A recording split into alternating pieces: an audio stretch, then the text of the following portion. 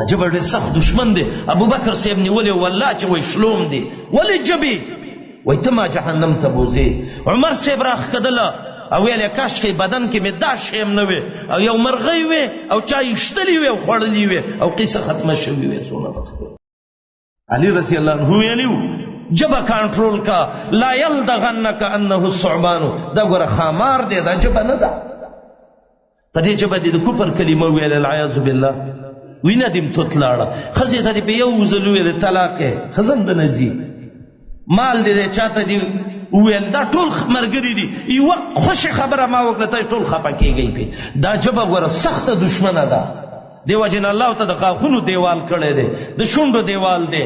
کله کله دې ژبې له یو ټکم ورکول غواړي چې سمه ژبه شو ورسموم دی. دا ژبه د الله دین کې ستړی کول غواړي. که دا ژبه موږ ستړی نه کړو والله چې ګناه کې م ستړي کوي، غیبت کې م ستړي کوي، دروغو کې م ستړي کوي، دوکو کې م ستړي کوي. ډېر احتیاط پکار دی.